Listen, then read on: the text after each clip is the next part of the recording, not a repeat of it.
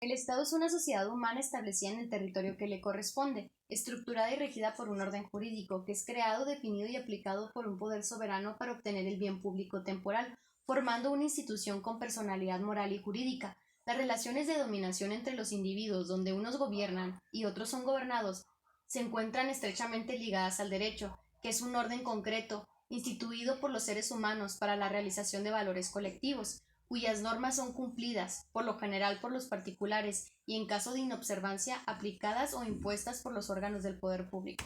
De acuerdo con Andrés Serrarroja, las relaciones entre el Estado y el derecho solo pueden ser comprendidas si se considera el deber jurídico, a la vez como un querer humano, que es la objetivación de un acto de decisión en cuanto al acto creador del derecho ha de contener una norma. Eduardo García Maínez define al Estado como la organización jurídica de una sociedad bajo un poder de dominación que se ejerce en determinado territorio. Para él, la organización es la regla de la asociación que asigna a cada miembro de esta su posición dentro de la misma y las funciones que le corresponden. Las normas relativas a la organización fundamental del Estado reciben el nombre de Constitución. Es aquí donde se establece el vínculo principal entre el derecho y el Estado. De acuerdo con Jelinek, la Constitución del Estado comprende las reglas jurídicas que determinan los órganos supremos de éste, su modo de creación, sus relaciones recíprocas, su competencia y la posición de cada uno en relación con el poder estatal. La idea de que la Constitución es la norma fundamental deriva de dos consideraciones principales. En primer término, las normas constitucionales están por encima de la legislación ordinaria y solo pueden ser modificadas de acuerdo con un procedimiento mucho más complicado y largo en el que deben seguirse para la elaboración de las demás leyes. En segundo lugar, tales normas representan el fundamento formal de validez de los preceptos jurídicos de inferior rango.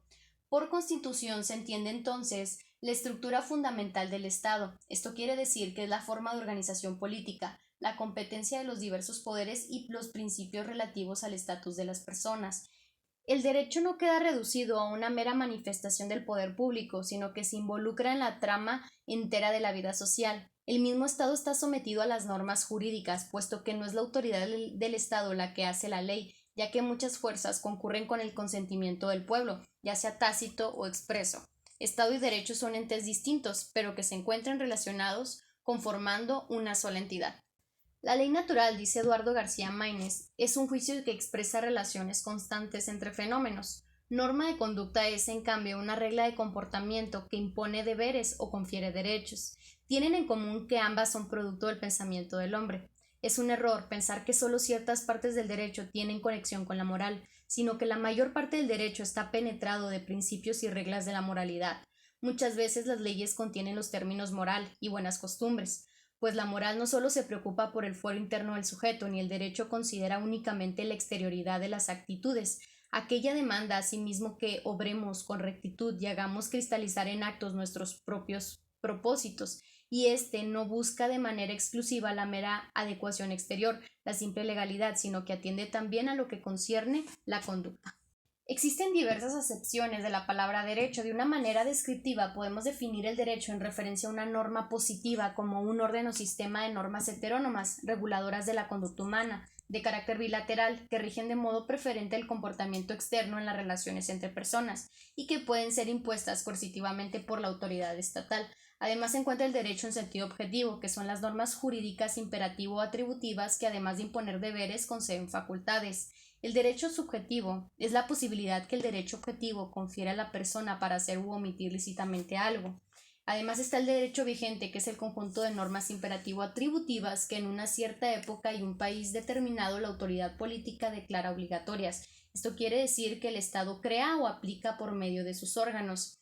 El derecho positivo, el que se cumple, es en una determinada sociedad y una cierta época, y el derecho natural son las normas cuyo valor no depende de elementos extrínsecos.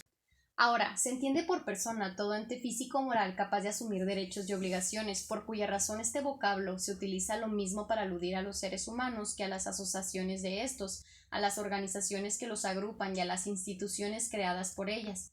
La persona jurídica del Estado, según Serrarroja, representa una síntesis o sistema unitario de un conjunto de normas que regulan la conducta recíproca de una serie de hombres. El Estado aparece como la personificación metafórica de la totalidad del ordenamiento jurídico positivo. sustentándose en la teoría de la doble personalidad, en la cual el Estado aparece con dos personalidades, una de derecho público como titular del derecho de soberanía y otra de derecho privado como titular de derecho y obligaciones de carácter patrimonial. Únicamente se puede decir que existe el derecho cuando hay un sistema de normas que forman un ordenamiento, siendo la norma la base para llegar a tal ordenamiento, y por lo tanto todo sistema tiene un origen, y ese origen se encuentra en el poder de la norma fundamental, la cual legitima al poder constituyente para que de él emanen todas las normas del sistema y se ejerza la fuerza a través de la sanción.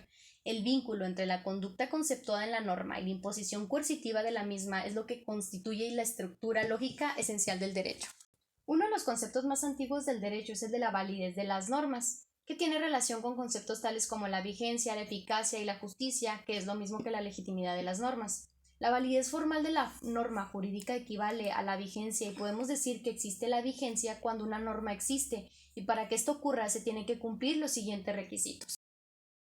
Y por otro lado está la validez normativa, que se entiende como la fuerza obligatoria de la norma, por lo que debe ser aplicada por los órganos del Estado.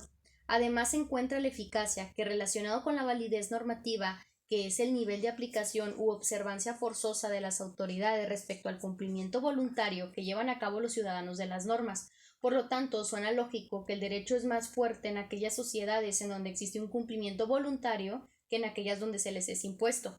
Y por último, en donde la validez viene del contenido de la norma, es decir, que se ajusta hacia el exterior. Muchas gracias.